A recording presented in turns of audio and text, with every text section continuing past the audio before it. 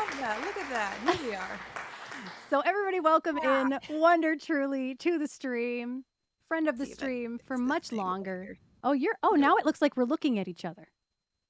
Oh, it does. Okay, yeah, I'm gonna do that. I love it. Oh, look at that. That's nice. I love it. Yay! So if you don't know, if you're in this stream right now and you don't know who Wonder Truly is, welcome this lovely, lovely, lovely human being to the stream right now in the chat. And before we really, really get going, I want to mention that there is a dynamic follow button on the screen. So if you decide that you love Wonder and you need more of Wonder, you don't even have to navigate away to click it. So if you're on desktop right now, go ahead and click that follow button right below Wonder's box here. And yeah, 8 month subscriber, Pib. Thank you so much. I appreciate you. We almost have a Twitch bib. Almost. What a word. A bib. Okay.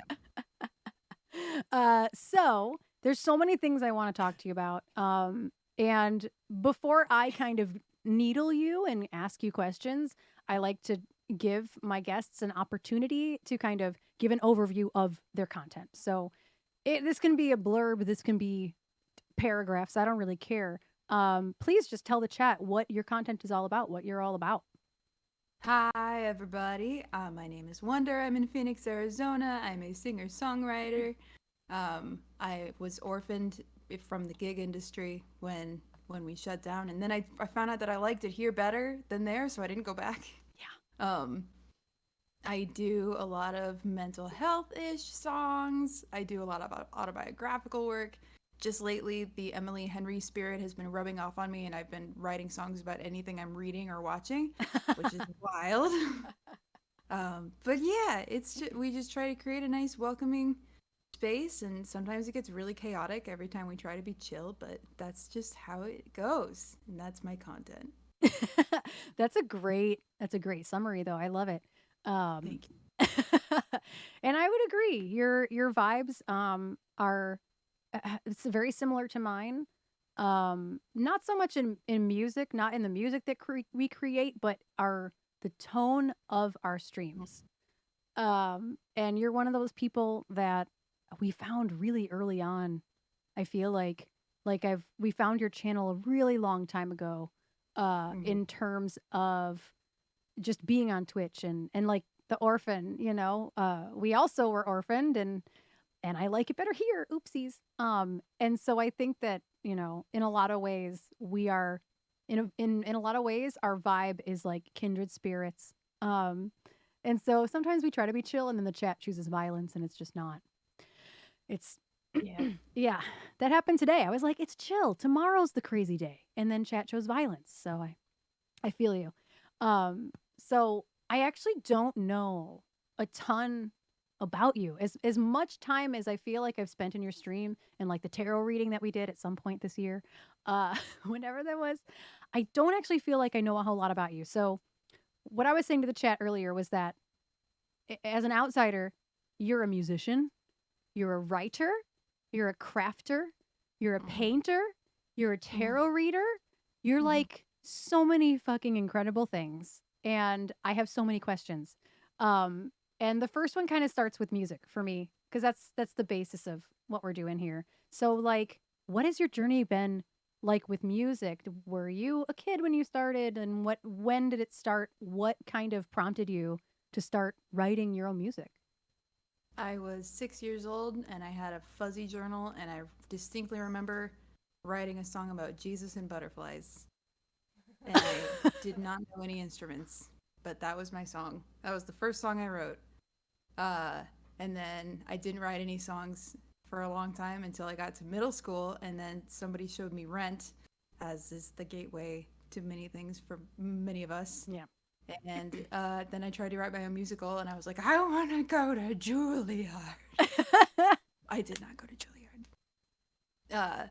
And then I started.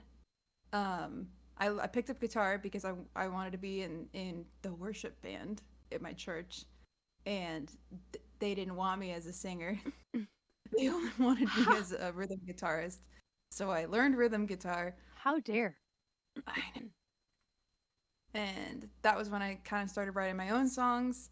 And then I got like really into writing my own songs and I did a debut EP. And in the middle of recording my EP, I got this freak work injury from my job working for American Family Insurance. And I didn't have an ergonomic phone thing, so I was just like this on the phone all day. Oh And I got God. weird nerve thing happened where I lost all feeling and function in my left arm. Jeez. And I like made a deal with God. I was like, all right, God, if I get my arm back, I will use my finite life and body to do the one thing that I've wanted to do forever, that I was clearly put on this earth to do. So give me back my arm. And then I got my arm back, and then I did. And I absolutely just torpedoed my life Yeah. to do music full time. And now we're here. Wow. So how long ago was that injury? When did that happen? 2012, Okay. 2013. Okay. So like 10 years ago. Yeah. Yep. Wow, that's wild. What was the process like to get the feeling back and to get back to working full time? Well, I didn't. That's fair. That's fair. I I didn't have good insurance, so I wasn't able to get physical therapy, but they let me have some time off and then I just like never came back. And Well, yeah, and then I just like worked odd jobs until I did started doing this full time in 2014 when I got a job with Carnival Cruise Lines, and that's why my song list has 600 songs in it because I played on Carnival. you were the first person to actually tell some stories about the cruise ship, working on cruise ships. You really opened my eyes to some of the real crappy stuff that happens. And I knew a couple people before you who had worked on cruise ships, but you were the first person to openly talk about it. So thank you for doing that, honestly, because I would have never known. And hey, It, if you want to tell, I was gonna say like, I don't want to get too far off topic, but like, I want to know like the worst horror story, honestly, like of working on a cruise ship. I might have heard it okay. already. Worst horror story is one of the chefs snapped and stabbed somebody. Not on my ship. Second worst horror story is they were doing a lifeboat drill, which is where crew gets dragged out on deck, and we have to. It's a lot of hurry up and wait. Yeah. And they were lowering the lifeboat, and the tether snapped on the lifeboat, and the lifeboat fell to the water and shattered. Oh. Oh. Oh. Third Oh. worst horror story is crew food came in big old boxes labeled grade D with a Ah. little subtext, not for human consumption. That's yummy. I love These are that.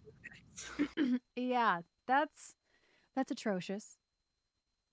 And I It can is. only imagine what they're feeding the guests probably isn't exactly grade A. Oh, no, what they're feeding. Oh, here's another. Okay, all right. Another little side. So, um if you do one of the longer cruises, you'll notice after around like 4 days that the food all kind of tastes the same, even though it's a wide variety of stuff. And the reason that it kind of tastes the same is because literally everything you eat on a cruise ship has just a little bit of laxative powder Oh yes. on it. You this is something I did hear on your stream. Oh. And they the chefs up above are first trained as crew chefs that feed the crew in the crew mess halls. And so sometimes in training, they would mess up the dosage of the laxative, and then all the crew would just have the diarrheas for a while until they fixed it. Oh my gosh. I think that's probably, other than the safety horror stories, that probably strikes me as the worst horror story of all. Yeah. As Don't mess with somebody, food. Don't mess with our no, food. no, as somebody with gastrointestinal issues, I'm sure you relate. I can't even imagine what that would do to me. Lord. Oh my gosh. Anyway, I'm right. I've made myself sweat. Why did I ask what the horror stories were?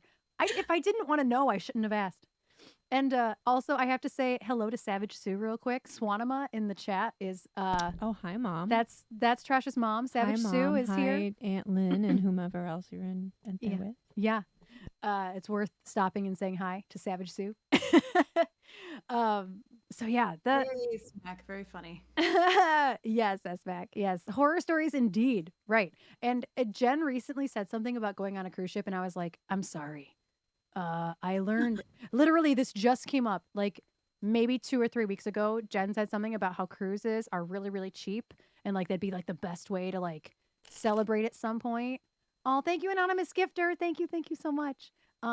And she was like all hype about it, and I'm like, I'm really sorry. I can't get on board with this, literally or figuratively, because of Wonder Truly. uh, it's I can't because it can't be too different from Thank you so much for the goat. Oh, wait. Oh, it was Mike. Thank you, Mike. Thank you so much.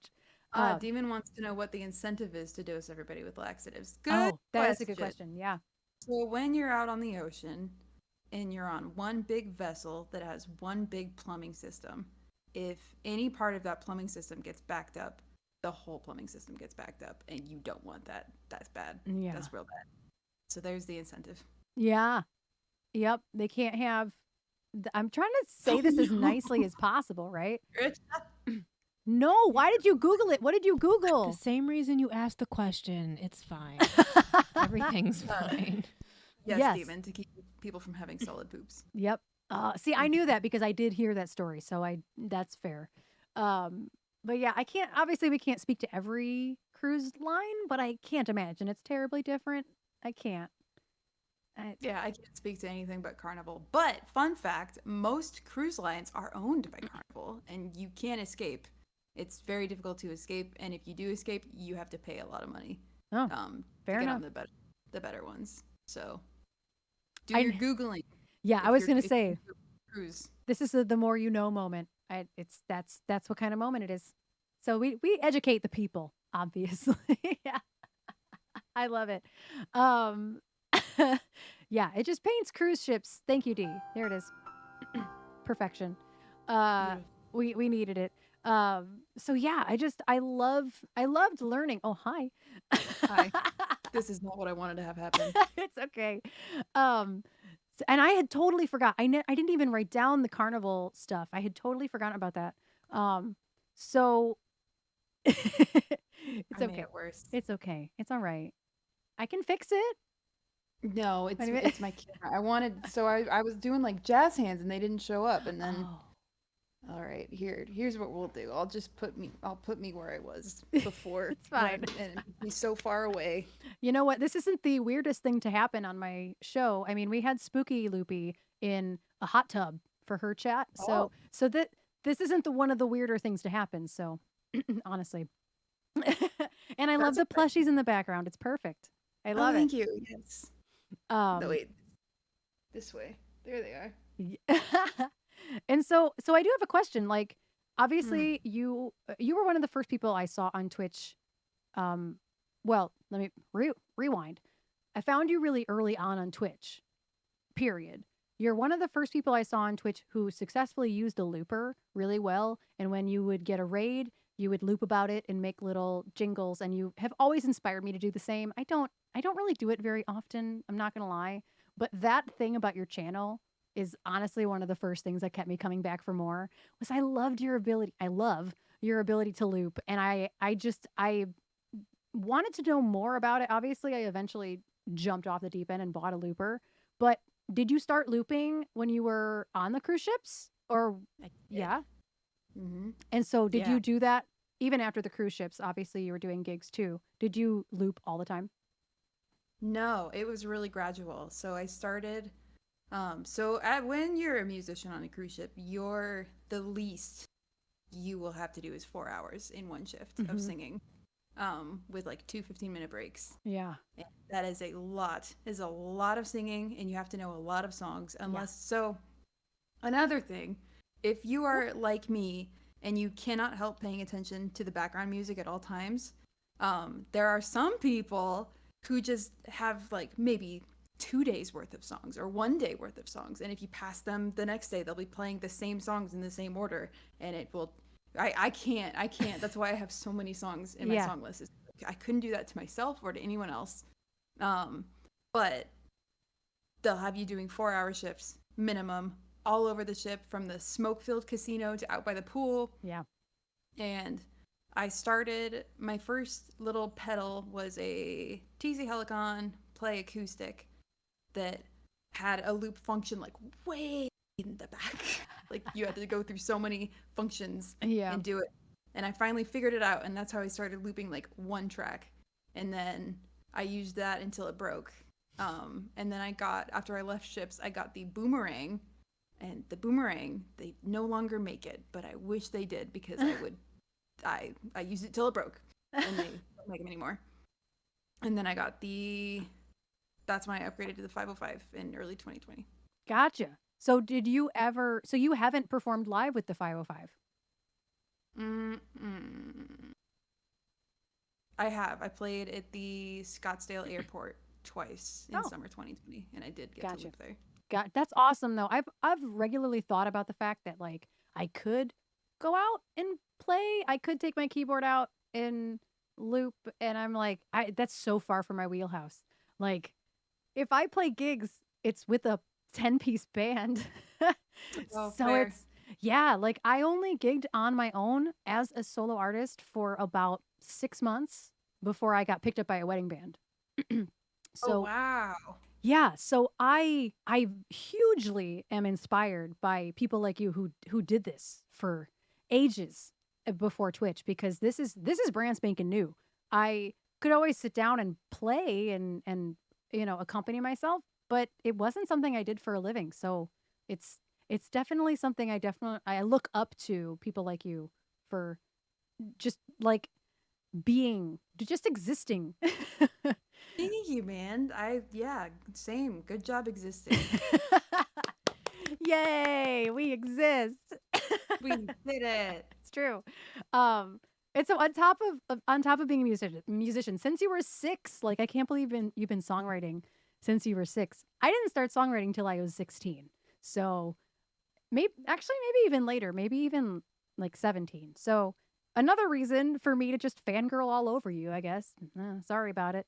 But not only, like I said at the beginning, you're not just a musician. Obviously, you're not just a streamer. But since being put down by COVID, put down is not a great word. You were euthanized. No, you were, yeah, you were unable to perform. Let me put it that way. You have, I think probably is my guess. You've probably always been a painter, always been a writer. And that was my guess, is that you've been doing these things for a long time. And also, how long have you been crocheting? Because some of these creations are just gorgeous. They need to be on Etsy and all the places. I know that you can buy them in some places too. I just want to see your crocheting shit just blow up. How long have you been doing that? So I picked it up in January this year. Did you seriously? I did. Trish is upset. She just said, "What the fuck?" out loud. Okay, but listen. I had literally all day, every day to learn and get good, and I couldn't do anything else. So like, nobody else gets to have that excuse. Like literally nobody. Okay, that's fair, but still, like some of these creations. I mean, I would have guessed. I thought you were going to tell me, no, I picked it up on the cruise ship too. Like I've been doing it for ages. That's incredible. Even more so. So, in case people don't know what these things look like, where can they find your crochet creations, or show them to us too if you have any nearby? They're packed away still in boxes. That's okay. On Instagram, I'm Dearborn Fibers, DeerBorne Fibers. How dare I? am not even following that account. How dare? Please, Trish, please find it and put it in the. I'm on it, but in my the brain chat. doesn't work. How many E's? It was more. So it's deer, the animal deer, and then born as in airborne, flying. So there's an E at the end. There we go. We'll find it. We will find it and we will follow it. I got it. I love it. That hood, the shawl hood. Oh, Thanks, man. It's so cute. It's I adorable. made that for Auburn. Oh, did you? You did. I'm jealous. I'm gonna need to definitely do that soon. Yes. Go follow the awesomeness. That's where you can find all of the crochet creations. Bless. Yes. Thanks, guys. And so obviously, and if any of you follow Wonder on any social media, you will see this crochet the crochet creations. You will also see that Wonder is a painter. And that's my next question is how long have you been painting? Because some of these creations are just mind blowing. Also, Trish is gonna like be upset. Whatever your answer is, she's gonna be upset, I'm sure. So but how long No, have I'm you been just gonna be painting? fangirling. It's fine. Been artsing forever, but I picked up painting very seriously. Actually, when I lost my job because of my injury. Mm. So 2013, 2012, 2013, I picked it up really seriously. And I was deep in the sauce of the church, everybody. Like, everything had to be for the glory of Jesus and also to milk and make money. And so I got it in my brain that I could just do prophetic paintings. And Okay. then people in church bought my prophetic paintings. And so I did that. And then I freelanced full time for a while, several times throughout my career. That's incredible, honestly. And that's I respect that hustle so much. yeah. I respect that hustle. Yeah. Thanks. No, Demon, you're cool. D Wonder, you are so cool. No, you really are though. And I think that I originally asked you to be a part of this when I was first like doing the first run, call it, or I'm not going to call it a season, you know what I mean? But like the first time I went through and did this, but you were still not really in a place to be committing to anything and you weren't streaming either. So it's like I'm glad we're able to take this time now. I'm sad it wasn't sooner though, because my whole point was Wonder has been cool this whole damn time, and I wish that you could have been on sooner. But I'm glad I'm glad you are now because you're back to streaming, and that's so happy. I think all of us are just so happy to see you moving toward the other side of all this after raid train upon raid train and just we're just so happy. And I don't have the heart to delete my help Wonder emote. It's probably just going to live there. It's still there. I'm not going to delete it. I can't do it. Um and so my question for you is well, it's the mental health stuff, right? So this is where I want to kind of dig in now that we've learned a little bit more about all the things um about mental health. So it's a little loaded because I know COVID and long COVID are part of the answer, but it only needs to be as much as it needs to be. Does that make sense? But how has streaming music, obviously, helped you mentally since the beginning of your stream journey? Because it's been probably now about 3 years, give or take, ish, 2020 ish. Yeah. 2 years. Going on 3. Yeah. Yeah. Yeah. We are into the third year now. We had the second 2 year on November 9th. Oh, okay. Okay. Gotcha. But I was streaming before Twitch. I was one of the Periscope people. I would stream a lot of my gigs on Facebook. I would do like lots of random surprise ninja streams on Facebook. And streaming has always just been such a nice way to connect with people who like live far away or don't have an opportunity to see not just me gigging, but like anybody do live music. Yeah. And I have being connected with people has always been like the number one thing to boost my mental health. And so feeling connected in that way with streaming and like with music, which is something I love more than anything in the world, is such a privilege and such a joy.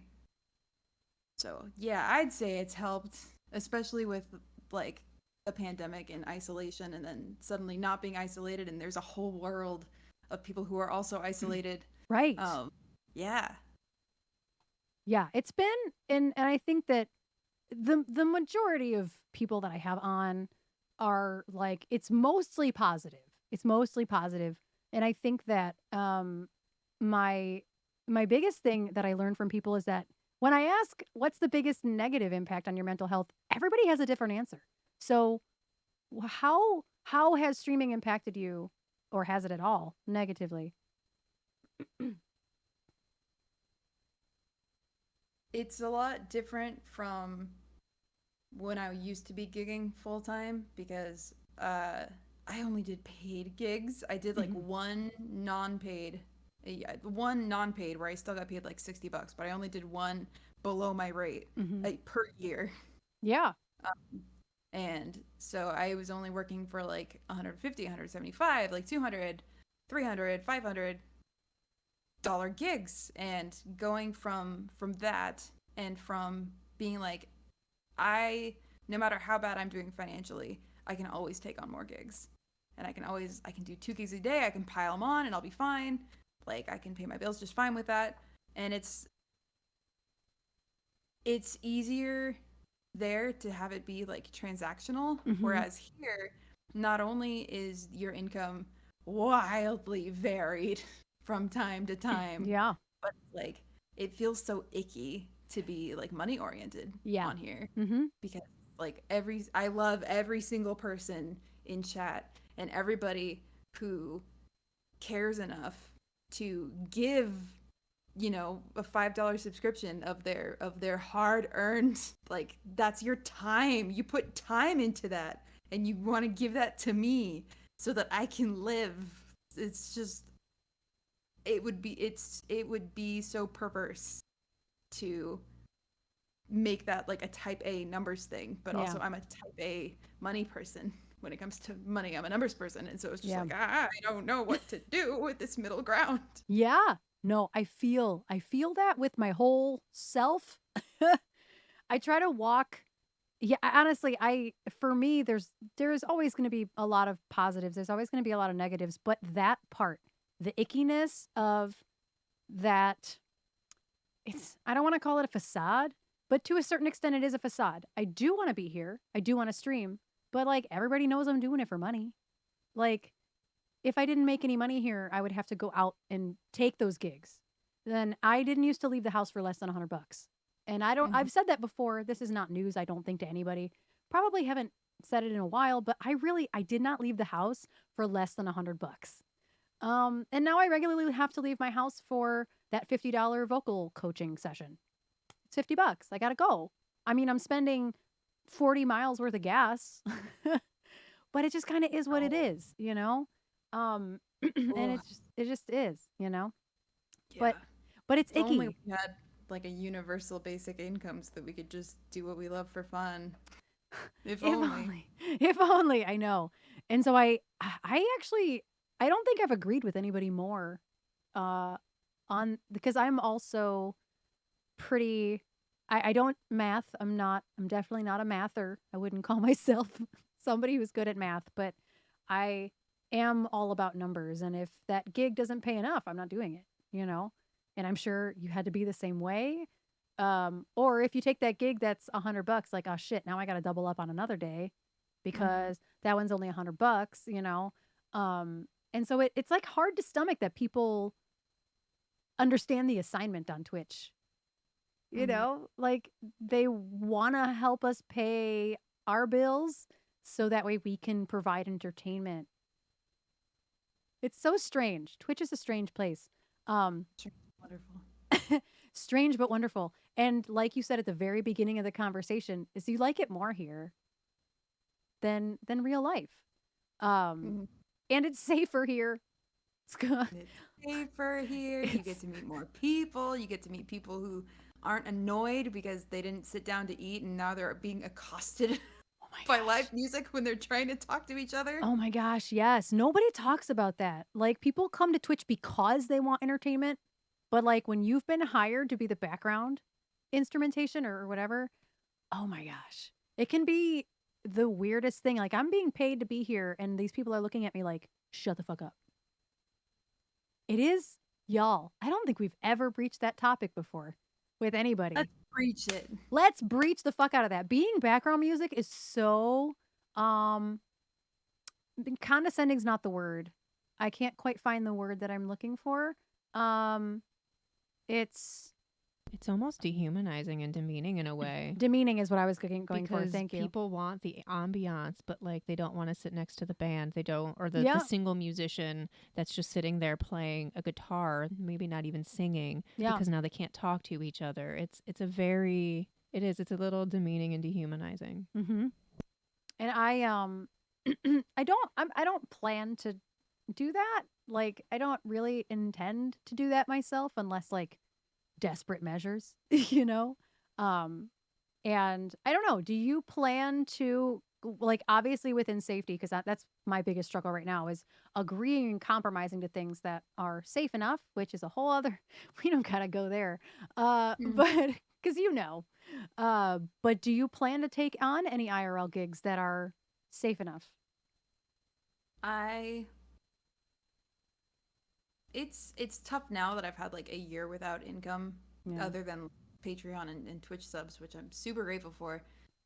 But like before I got sick, it was definitely like I'm in such a good place with Twitch that when things are safe again, if they are ever safe again, I only want to leave the house for things that I want, Yeah. things that I want to play. And that's a huge privilege. Yeah. One of the things I want to go back to being background music though, because like I hear the like, oh, it's degrading take a lot Mm-hmm. when we're background, and it's not wrong. It's more of a yes and where Yeah. it's like we get to be there instead of the radio. Like and there's always gonna be somebody, not always, most of the time. There's gonna be somebody who either A did show up for the music or B didn't show up and is super pleasantly surprised, or C like the group that was chatting the whole time and ignoring you comes up and they're the ones that dropped the $100 bill in your tip jar. You Right. never know Yeah. who is actually out there appreciating it, and so you can't go into a gig like that being like, oh, like whatever, I'm being dehumanized for $175 right now, but and it's like I need to play. It's like here on Twitch we have the luxury of being like, oh, I'm already playing for people who want to hear what I have to Mm-hmm. say, but when you're doing it live, it's like more of a treasure hunt. Yeah. Absolutely. And I'm that, playing for yeah. one person there. Right. And then you might glance up and see the one person who is digging it, and you're like, hey, I found you. Yeah, exactly. Yep. No, I totally feel that. And I agree. I don't think there is going to be a safe enough for like, I don't know, like 3 or 4 years, maybe. That's Right. that's my hot take. I'm compromising a lot to go do any gigs at all. Um, but you know, it is what it is. Here we are. And compromising is a thing when you're dealing with people and a band that's been together for like almost 8 fucking years now. Um, as I sit here clearing my throat, the irony is that we did 4 safe gigs this year.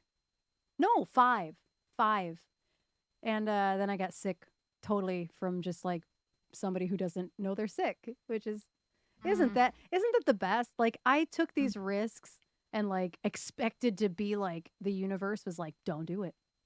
Don't do it. Mm-hmm. And then the universe was like, nah, we're gonna get you when you don't expect it. Yep. So Yeah. yeah. There was a chance I have a cousin who's getting into music and he's a teenager and I was asked to maybe play some of these like bars like a nice like restaurant as background music just with him and I'm like, oh man, if we can be in a corner like 20 feet from everybody, you know what I'm saying, like Mhm. put me in a corner behind everybody that way the only person I got to talk to is him and everybody else is at tables 20 feet away. Like that's about where I'm at with that. So I don't blame you. I really don't. Twitch is just the best place.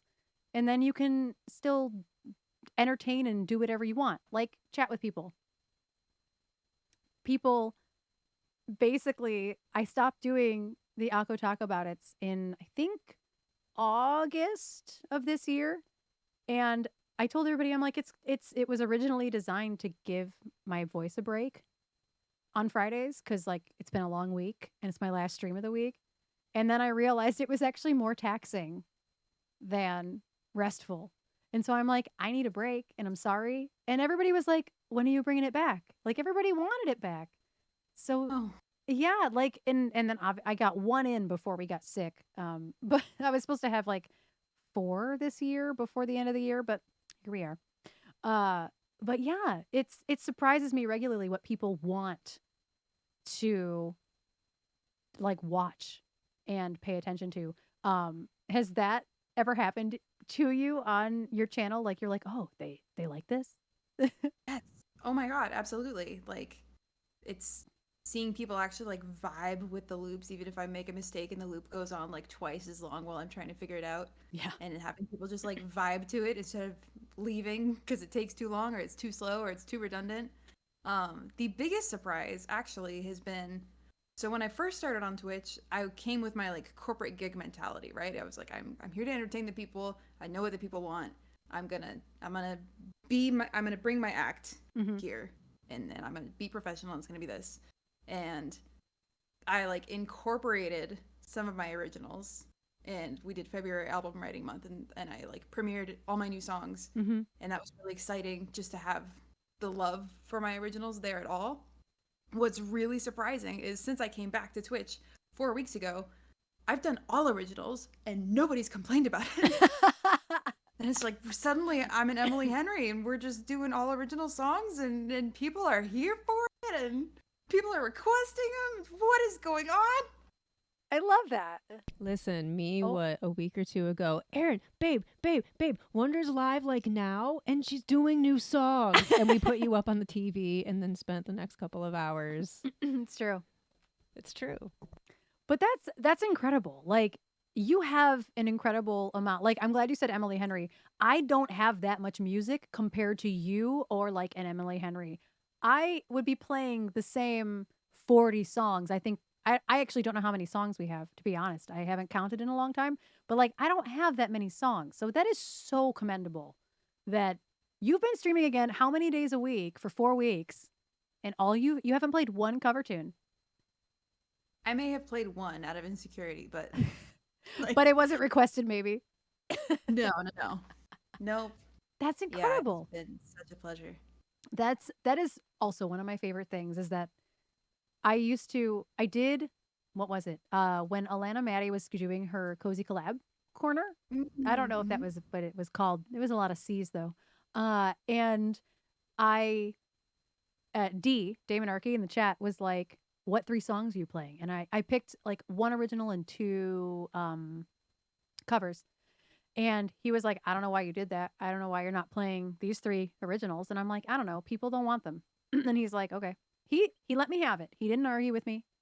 And then when we got to the show, I had prepped them and I think she wanted me to do one more song. She was like, "Well, we have time for one more if you want to do one more." And everybody was like, "An original, an original, original." And like I ended up not playing one of the covers that I had prepared. I had pre-looped them too, just for time because loops can take time, especially if you fuck them up and then you're like, "Shit." And it's now taken 7 minutes longer than it needed to. Um, so I was like stressing, sweating, and it's because people wanted. I know he was calling me out and in the best way, but he let me have it. He was like, "No, maybe you're right. I don't know. Maybe they do." Okay, sure. And then the time came, and the whole chat was like, "No, originals," and I'm like, "Oh my god, oh my god." Alana was like, "I told you," because she asked me what I was going to be playing, and she didn't call me out either. Bless both of their hearts, honestly, because they did not call me out, and they probably both should have. I didn't know what the hell I was talking about. And that is a really lovely surprise that you've experienced the same thing. Like, and before your stream hiatus, how often do you feel like you played original music versus covers? It increased throughout Mhm. my time. I think maybe by the time I ended up having to go, it was about half and half. Just because Wow. I was like working on the album and people wanted to hear the songs from the album, and I was like That's fair. also trying to generate hype for the album, and so I had more of an excuse to do it, and we were getting more of a following, and people were more excited about the originals they'd already heard, and so they were coming back and requesting more. And that makes sense. That totally makes Yeah, sense. but And yes, my apologies in advance. There are some ads coming up. We did hold them off for as long as we could, but there will be about 3 minutes of ads here. But don't worry, this chat will be on YouTube in approximately 24 hours from when we end this stream. So you'll be able to catch up if you did miss anything at all. Just FYI for anybody in chat who is not a sub right now, you will get 3 minutes of ads. Thank you in advance for sticking around, and my apologies because I know they're annoying. But like we were saying earlier, we got to make the monies. So they're all a part of the income. So I appreciate you in advance for sticking around. But yeah, there's so much to be said for like everybody who comes in and requests originals. And there was a time where I was like trying to do a request and then an original and like trying to infuse more, but like it felt really forced. And that's probably just a me imposter thing after being in the wedding industry for 10 years. I don't Mhm. know. I have a ton of imposter syndrome because of the nature of the the type of work I was in the music industry. If that makes any sense? I don't know. Abs- Yep. Like you seem to escape it okay from because I know like on cruise ships and shit, like they do not want you playing originals. I learned that from Sashi Boom. Because she was also a cruise ship performer. That's right. Yeah. And so No originals and nothing, no coffee house vibe, which is really difficult when you're a a guitarist. woman presenting guitar soloist. Yeah. It's like, so they only wanted like really, really upbeat, loud, exciting. Like if anything was mellow, it had to be like Margaritaville. Or like or like cheeseburger in paradise or something. The classic terrible standard like Yes. vacation songs. Mhm. Oh my gosh. Oh, yeah. I think looping definitely. That's the only way out. I feel like that's the only thing you can do is add a beat and loop it. That's Mhm. wild. See, Sashi did not say that. Maybe her experience could have been different. I don't know which line she was on. Um, but yeah, and even when you play in bars, I know a lot of them don't say no originals, but they're like maybe keep it heavy on the covers. Mhm. Mhm. They don't really have to say it for us to know. Mm, yeah. It's Well, you can walk in and read the vibe. Like there was a lovely uh brew house that I played at that like there were two places and they were both in Woodinville, Washington, and one of them was like a seedy bar and one of them was this like nice winery brewery thing that was like so chill, and because I played there more and more and more, people started coming and wanting the originals. So Mm. it was that was nice. Yeah. I have a friend who did the circuit here in Michigan for a long time like that, but she's not a looper. She like is predominantly like Tori Amos vibes, basically. So you can kind of get that vibe. So very specific places she played, but then as her following started, like she would play like whole sets of originals because the bar owners were like, "Well, your people are here and they're spending money, Mhm. so what's the problem?" You know. And as like a me who has a band that like I play tracks on my channel so I can play my original music. It's very strange. I have a very strange, and I think that's part of my imposter syndrome is I don't like playing the tracks. I don't. But it's the only way for my music to translate. That isn't a total departure from the actual song.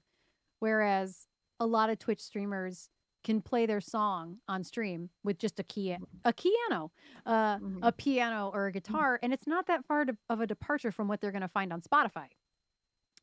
Mhm. But if I do a song that is a fucking heavy ass rock song on my keyboard, it's like, well, that's not.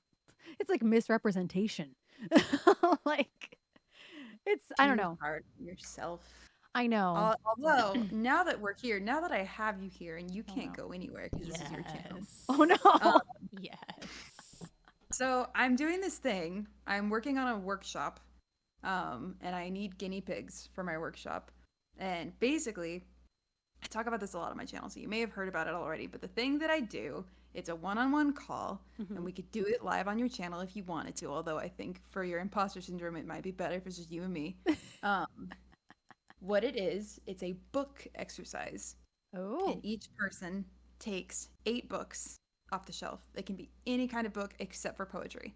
Okay. And you have your 8 books, and then you're on a video call, and there's a Google Doc, and you take turns listing off a page number, and you go to a random one of your books, and you open to that page number, and whatever line jumps at you first, you write that down in the Google Doc. Okay. And you go through that about 10 times, and at the end, you have this like amazing, lovely cloud of phrases and lines and sentences, and these are your prompts. Okay. And in this like workshop thing that I'm doing, you have it's like an hour of book stuff and then an hour of songwriting. Okay. But honestly, most people get it done in like 20. I did it last night, and my friend did it in like 20 minutes. Oh my gosh. I know, and it's like the thing is that it's amazing what happens when the source material is there, and you like you don't have to think about it, and you're just Yeah. putting the puzzle pieces together, and it's super rewarding. And my friend hadn't written a song. I didn't know this. He hadn't written a song in 3 years, Oh. and then he wrote one last night. Oh wow. So That's it felt really special. yeah, that is really special. And yes, 100%, I would totally do that. And I think that if you'd asked me that, a year ago, yes, Trish likes that. If you'd asked me that a year ago, I probably still would have said yes, absolutely, but I wouldn't have been like enthusiastic about it. But something that I learned about myself is, and this is because of the collective, it's, I really was forced out of my comfort zone, like constantly. It was oh my God, this is so hard to say, 2 2-hour Zoom calls a week with this whole ass group of Twitch streamers with Twitch staff, and it was intensive. You had to bring your brain, man. Like when I tell you those 2 hours were spent just bam, bam, bam, bam, just exercise upon exercise into breakout rooms. You had to talk to strangers. It's terrifying. And that experience was very uncomfortable for me, but it taught me a lot about myself, and I started doing something that I got from another channel. Not Magic School Bus, Mystery School Bus. Oh my God, I always want to call them Magic School Bus. Mystery School Bus. Mystery School US. Oh my God. Y'all, my brain is still in COVID land. There's no bus. There's no bus. Oh God. What they did was when they hit a certain goal on this one day of their stream, they had to write and produce a song in like 15 minutes. And it was based on stuff that happened in chat that day. And they literally encourage you to steal each other's ideas. Take them, make it your own, do it. There's no stealing really. It's do what makes you feel good, and you might surprise yourself. And so I started doing that. If we hit the dono goal on whatever day I decide I'm okay to do it mentally, I would do it. And the chat would give us tons of ideas. What are things we've talked about today? And I'd write them all down. And then I would spin a genre wheel. And that's the genre it has to be. And so a year ago, I don't think that I would have done that. And so, yes, my imposter syndrome can be stonk sometimes. Now, I think that I'm so much more willing to go out of my comfort zone, and everything you just described about that is, whether it's 20 minutes, whether it's 2 hours, whatever, I would love to do that because I actually really enjoy pushing myself, because sometimes I'm really surprised to see what comes out. Before this whole past year, 2022, because the collective happened in February, so I'm just going to call it a year ago. It's pushed me to the point where I am not uncomfortable saying yes to that, actually. Great. Yay! See it. It took a long time to get around, but it felt important to say it all. It was important. It felt important. And so, imposter syndrome is fucking terrible, by the way. I don't have it very often. I'm telling the chat that mostly because my energy is, if I'm going to be confident about something, I'm just going to do it. I'm going to be confident about it. But yeah, songwriting live in front of people, holy shit. It's terrifying. It terrifies me. It's terrifying. I don't know if I'd stream it. Have you considered streaming it for yourself? I did do it on stream once. We Oh, got did a you? couple Okay. people in chat to be my book companions, and we were in our Google Doc, and we each had a Okay, wait. font color. I think you told us about this. Or maybe you rated that day because you said you were doing a songwriting stream, I think. It was probably that one, yeah. It's all coming back to me now. Okay. It makes sense. I love what was that song? What did that song end up being about? I never finished it. It was like some mystical, like somebody's at a train station and they've arrived somewhere new and they're confused, and then it goes into the void because I never finished it.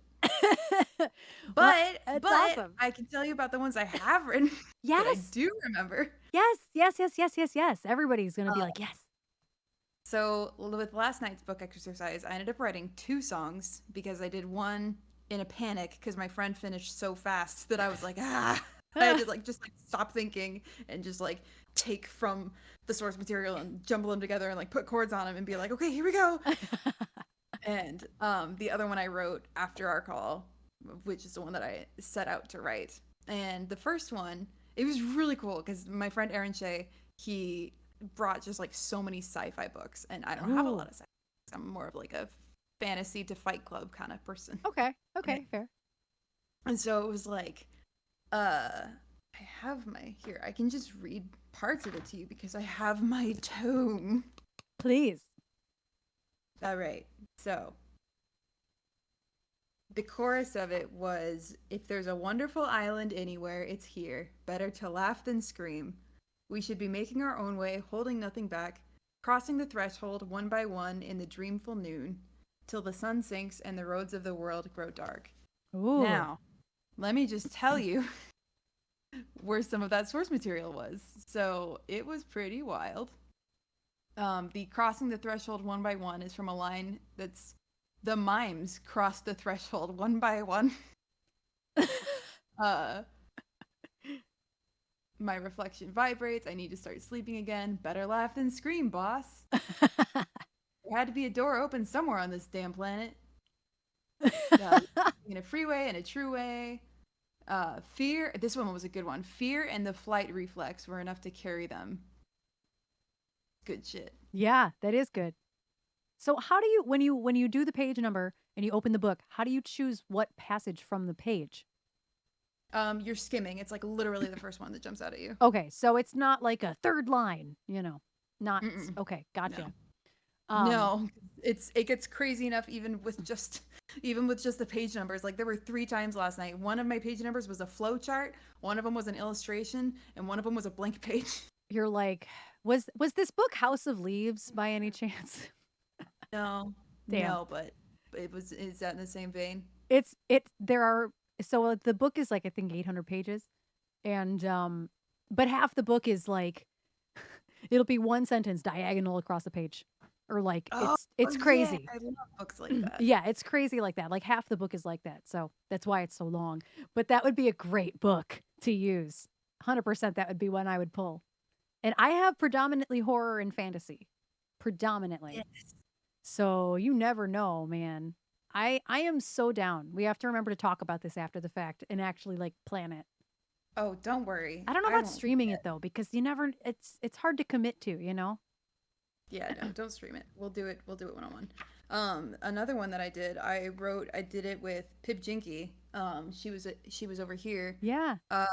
And we just picked books from my shelf, and I felt really bad because I had not fully made discreet one of the things that you keep by your bed, which should be kept discreet, and it was just like in my bookshelf.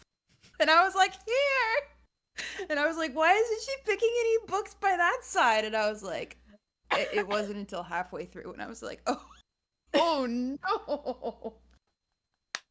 Oopsie. Oh, that's really funny. Sorry. Sophie. Oh, sorry. Some very loud page ASMR for you. It was beautiful. That is fantastic.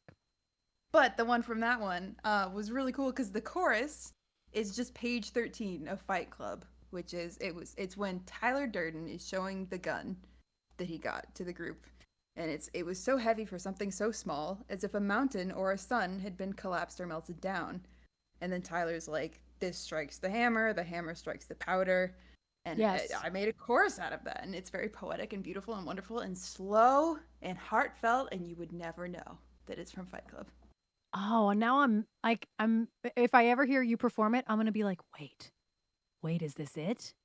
Here it is. I actually have Fight Club. I've just never read it. I'm obsessed with the movie because I am who I am, but I've never read the book and I have it. I The book have the book. very good. I have so many books. I have a book problem. I read like maybe 10 books a year, but I get more than 10 books a year. Accumulated more, but yes.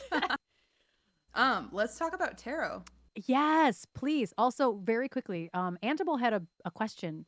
Oh, And I actually probably think I already know the answer, but they said, I'm curious about how long COVID has impacted your songwriting process. How did you cope when you had a song idea but didn't have enough spoons to record it?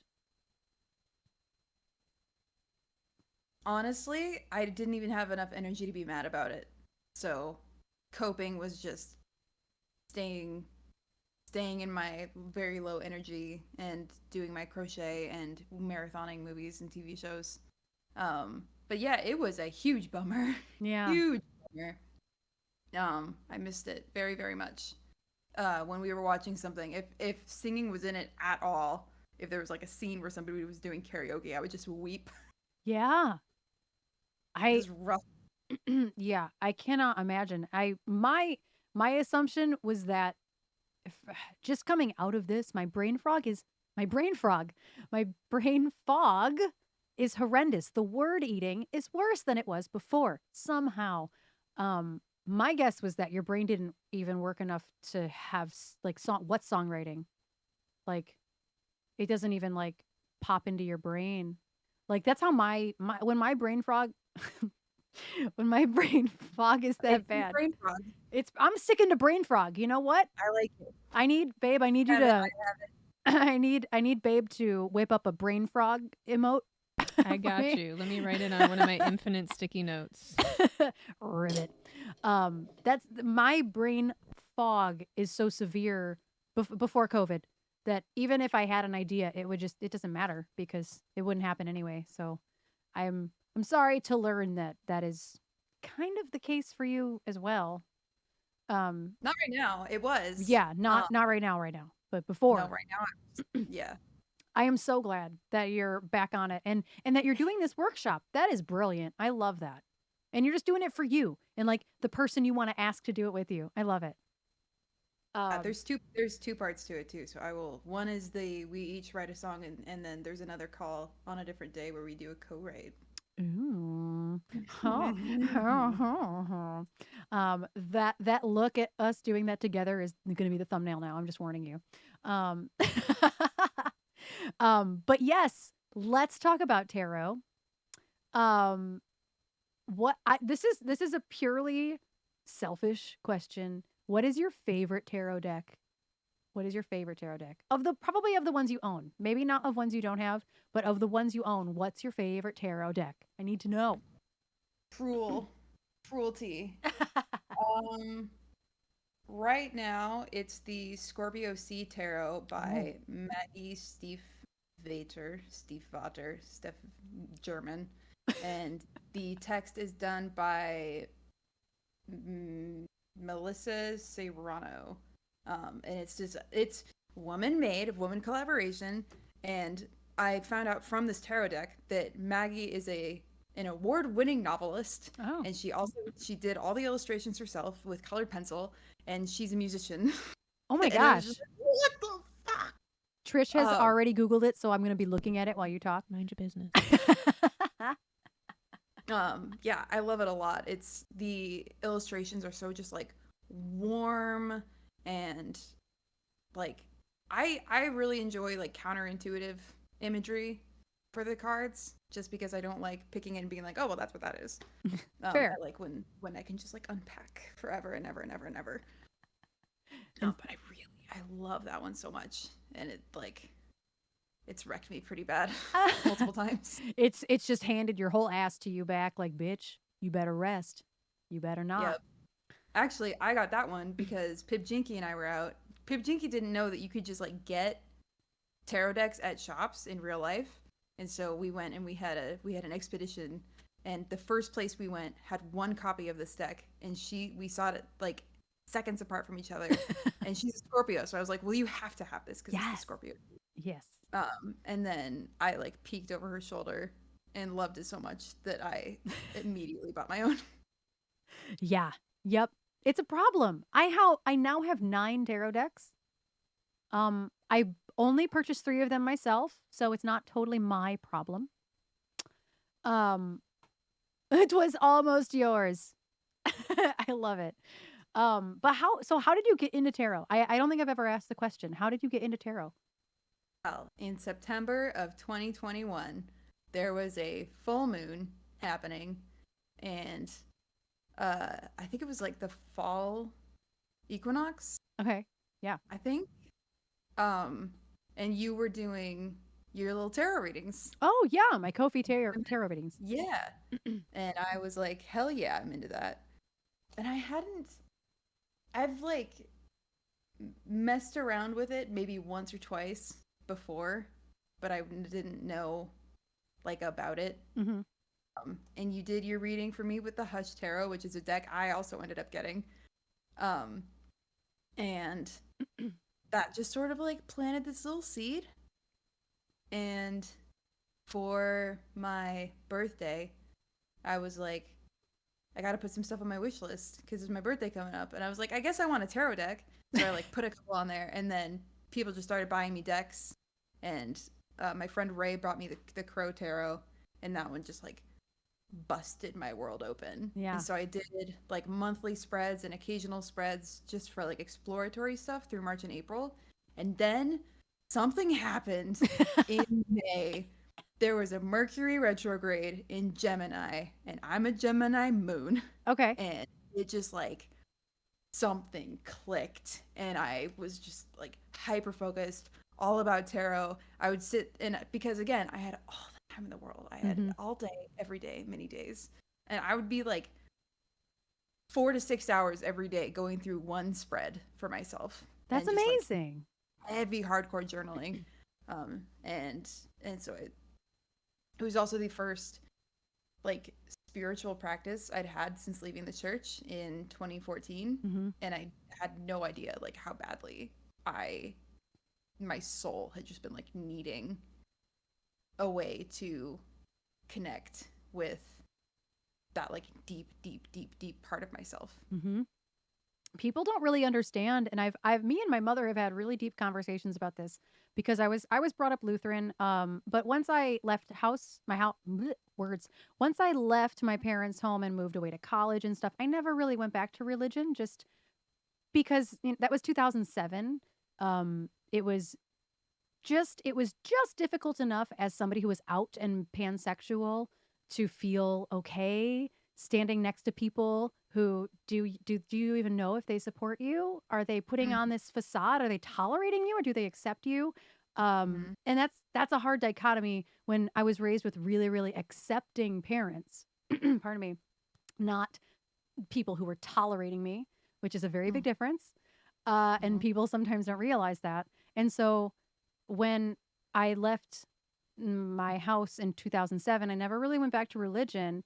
And then when I got into tarot in 2020, because I'm a noob too. I only started tarot in January of 2021. Pardon me. Wow. Yeah, I'm like, wait, hold on, hold the phone. That is when Trish got me my very first deck. I didn't realize I started taking these local classes online that just happened to be local, but it was a Zoom class and it was once a month. And it's a tarot class of all type of different people from around and all different type of topics. And I didn't know how spiritual it was. I got into it really blindly, like kind of how it feels like you kind of did the same thing. Like you were like, I'm interested, but maybe the church had said something about this in the past. Like maybe I don't know if is this occult? What is this? Am I supposed to be doing this? Is this okay? And that's hard when you're brought up some sort of way.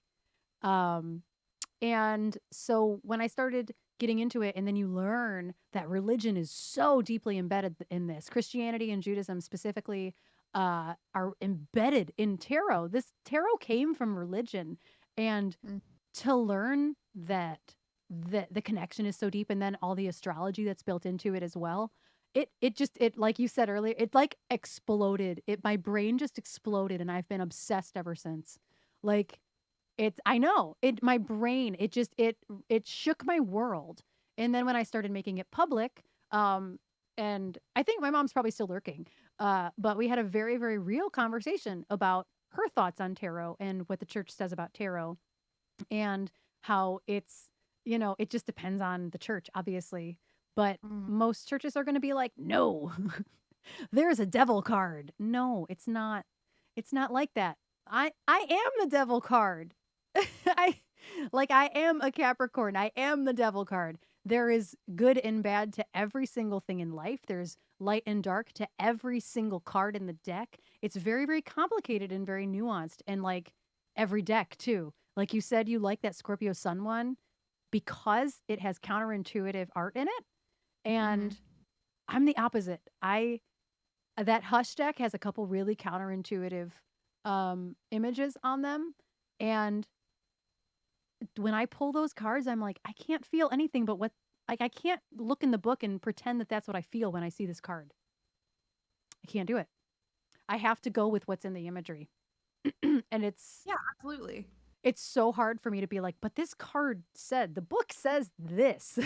And it's like, I can't. The card is just telling me something else.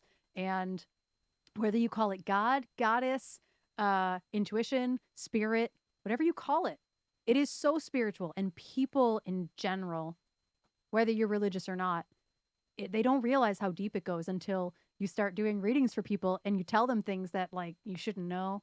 And Mm-hmm. then they're like, oh my God. Like, what is Yeah. this sorcery? Um, Yeah.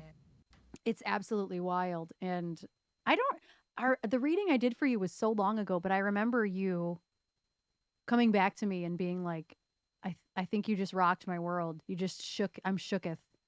And I was like, I'm sorry.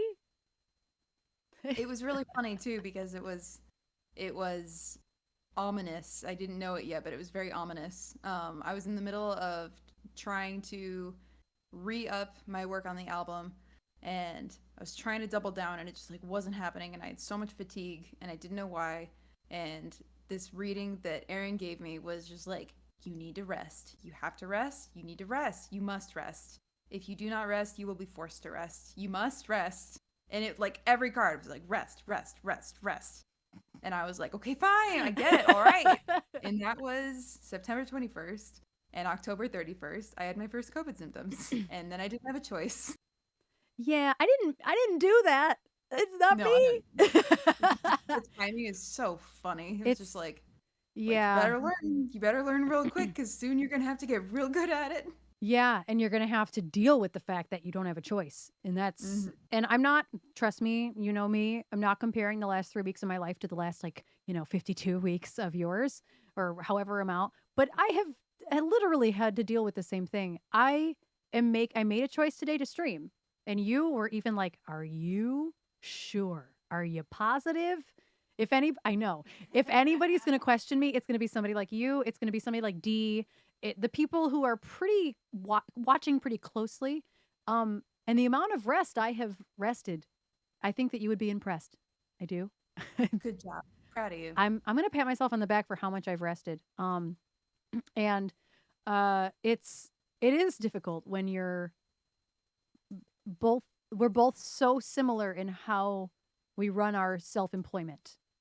When you're self-employed, you have to really compromise a lot of resting, and it is so incredibly hard. I've actually been resting more than Trish. which is hard to do. Um Oh yeah, it's also why I feel like dying more. Maybe not exactly Not that. what I meant. Um It's fine. it's fine. But yeah, tarot does not lie. And we're at the end of our hour. I did get let us go a little bit longer than an hour because it took us a minute to get started with cropping and tech stuff. But like, what is your favorite thing to come out of tarot? What is just your favorite thing to come out of it? Uh, being more connected with myself is nice. And it's like, and having it as a therapy tool has been amazing. Yeah. It's just so cool. And it's such a good mental health tool if you use it that way. Yeah. And like the freedom to not have to be like woo about it and to just be able to be like, I am choosing this part of this for myself and I am leaving this other part for now. And I'm not going to be about the spirits. I'm good. I'm good. Just give me connection with myself and my higher self. That's good. Thank you. Thank you. Thank you. That's very good.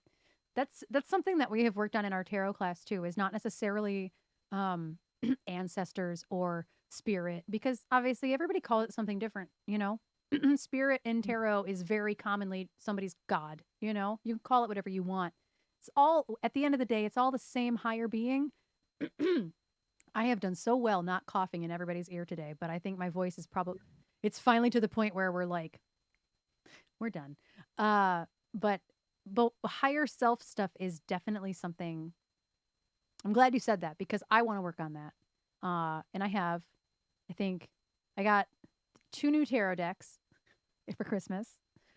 Um, and actually, one of them I think you would really like because it's Rider Waite Smith, and then they infused Toth ideology in there too, which I'd never seen a deck like this, and Trish bought it for me, not knowing that that's a thing, because I didn't know it was a thing either. But yeah, it's got 2 strength cards because those 2 different types of tarot have strength in different positions. Yeah, and then I think I lost your mic, or maybe you were talking too quietly. I don't know. For a Here I second. am. Oh, there you are. You're fine. Okay. I just whatever you said just now, it didn't come through. I don't know why. As a question. Oh yes, Trish. Twisha, tell us your questino. Question. Your Questino. That is literally how I'm typing today. Okay, I don't really have a question so much as just like a statement. Like anybody that follows me knows that I don't like tweet much or anything like that, and that a lot of the time I do. I'm like literally just commenting on Wonder shit, talking about how much I admire Wonder and I love their artwork. It's true.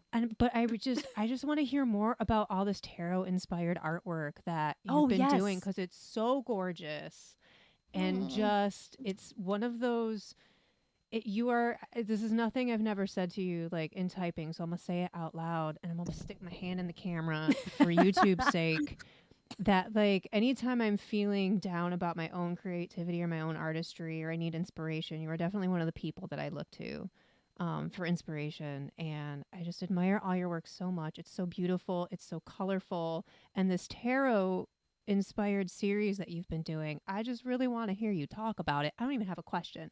I just wanted to gush over Just you talk verbally, about it, I guess. and I just wanted to hear you talk about it because it's so beautiful. Yeah, you said that a bit ago, and I forgot to circle back to it. I But haven't. perfect. I wrote it down somewhere so we wouldn't forget. Good job. Yeah. Oh my gosh. Yeah, so first of all, thank you.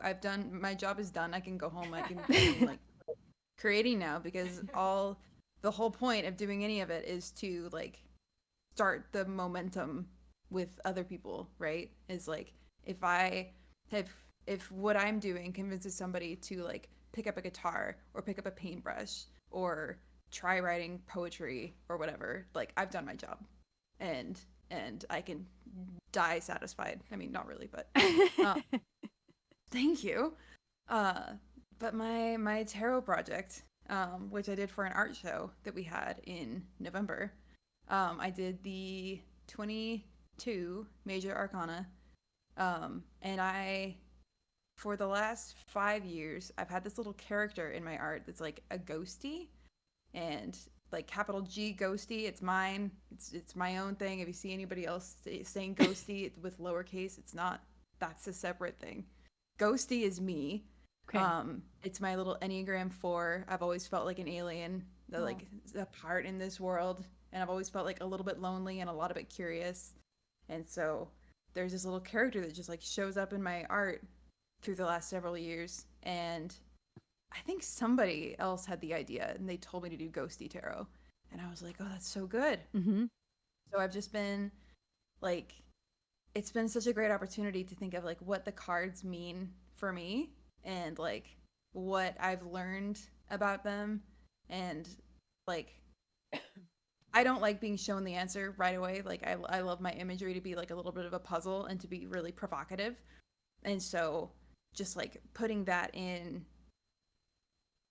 these paintings and having the paintings themselves like be a narrative into each other Mm-hmm. has just been like so fun and rewarding. And eventually I do want to do the full 78, but I'm tired right now because doing that many, even though I started in like June That's a and I'll lot. have like several hyper focus sessions of doing them in bursts. But it's a lot though. Every card is very intricate. It's and the Oh, thank symbolism that has to go into them is also very intricate. So I can't imagine. I can't imagine. Don't worry, Erin. We'll work together, and I'll make you make a tarot deck, and you'll be like, wow, this was not as hard as I thought, I actually told and Trish also that. doubly twice as hard as I thought at the same time. Probably. Probably.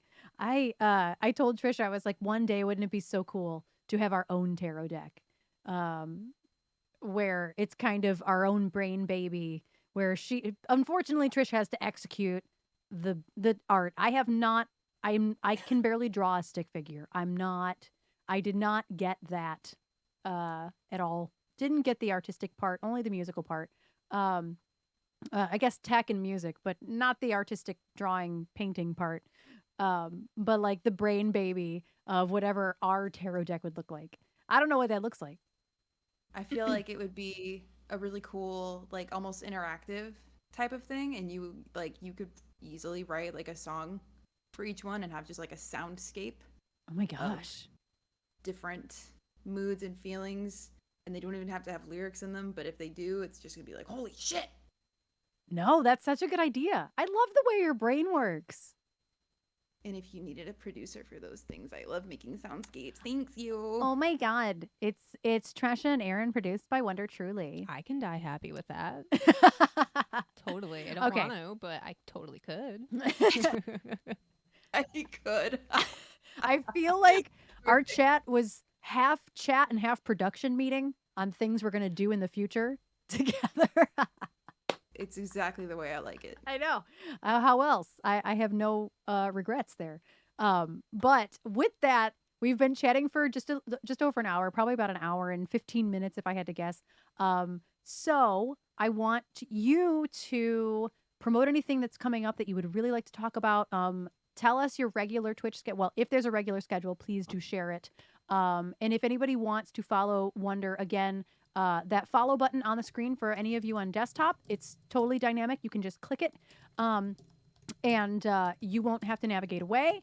And also, if you do command chat in the chat, you can get Wonder's Twitch link. But that's a whole other topic that we're not even going to breach right now because it's a lot. You're like, no, maybe it was not. But Wonder, please do promote anything you would like to promote coming up. Yeah, so I am streaming Monday, Wednesday, Friday, and Saturday. I'm doing Pibby's about to go back to work, so we're gonna negotiate when we do streams. But I'm probably gonna do 2 afternoon streams a week and then 2 evening streams a week. Nice. Just mix it up. But no set time, and it turns out that like removing the thing that stressed me out most about streaming, which was like trying to show up on time every day. Yeah. It's been so nice and healing and wholesome, and it's like made it fun again. Yeah. And it's totally probably feel really that. hard on my poor mods. It's like, all right, go. You're you like, coming? yeah, I think I'm going to be on in about an hour. Here I go. Oh, That's how the yeah. last week has been for me, and that might be how all of January is for me. Honestly, I try to keep to 12:30 and 2:30, but I don't know. I don't know. Some days it just doesn't work out. It's okay, Untable. You didn't know, but don't worry. I'm sure very soon you will know. Come see me tomorrow night and ask me about AI art, and I will tell you all about it. And then you're gonna get a rant. And so I'm gonna say something that I haven't said to anybody. I haven't even breached the topic, but I totally fucking paid for the AI shit, not realizing what I was doing. And Trish then read me the house down on why it's not okay. Respectfully. Respectfully. I value my life. She was upset with me because I didn't know, but I didn't know. Like, I didn't understand what I was doing. And I did a whole stream. I didn't share really any of them. I shared like one, I think. But what I did was I made fun of them on stream for about an hour. We went through them all and made fun of them about how bad they are. There you go. So I didn't feel that bad about it. I just felt left out. I get FOMO on trends like that. And then I didn't realize what I was I was doing. going to say, you didn't know, and knowing is half the battle. Yeah, I really didn't understand what I was doing. So when Antable asks Wonder about it, I'm sure you're going to get read the house down in the most polite way. I'm gonna do it so gently, but I'm gonna be yelling, but like not at you. Yelling at the industry, kind of. Yo. Yeah. So I feel that. But y'all heard it here Monday, Wednesday, Friday, Saturday on twitch.tv/WonderTruly. Again, that dynamic follow is down underneath Wonder's box on the screen. If you're on desktop, click that shit right there. You're going to want to follow. And there's a shout out in the chat. So you can follow in so many different ways right now. It makes it very easy. And thank you for your time and energy and being here. And I'm so glad that you're back and working on Twitch and doing all the things. And I don't know. I was just happy to catch up with you today, honestly. And thank you It's for so being nice. such a. I'm so glad you're feeling better. I was so worried. No, I know. We're not 100%. I'm being honest with myself, which I promised you I would be honest to myself, honest to you if I wasn't okay. But I am okay. I'm just hoping I haven't overdone it and that I am okay tomorrow. Be okay tomorrow. I'm gonna be okay tomorrow. Listen, I'm hoping I'm okay tomorrow. It's my stream. Yeah, it's Trisha's stream tomorrow. I'm just playing music. Oh, true. Yeah, Trish has to be Nandor tomorrow, and I'm just the accompanist. So yeah, it's gonna be fun. But yeah, do you have any final thoughts you would like to leave with the chat? No, I appreciate you, and I love your wacky community, and I can only imagine how chaotic songwriting stream must be when you try to do your songwriting, because this chat is just wow. It's stupid. In the best way. In Uh-huh. the best way. Yeah, it's ridiculous. I'll have to share some of the TikToks with you and be like, this is one of them. It's stupid. It's absolutely ridiculous. But yes, thank you for your time. I'm going to let you go. I'm going to find somebody to raid, and then we're going to go find food and take care of ourselves. But seriously, Yeah. we adore you, Wonder. Thank you. Thank you for being here. Seriously. Thank you for saying such nice things this whole stream. Yes. Yeah, Yes. thank you. Thank Yes. you so much. And we will be talking to you soon. Yeah. All right. Goodbye. Mwah. Have a good life. Until then. Thanks. Bye. They said, have a good life. Bye.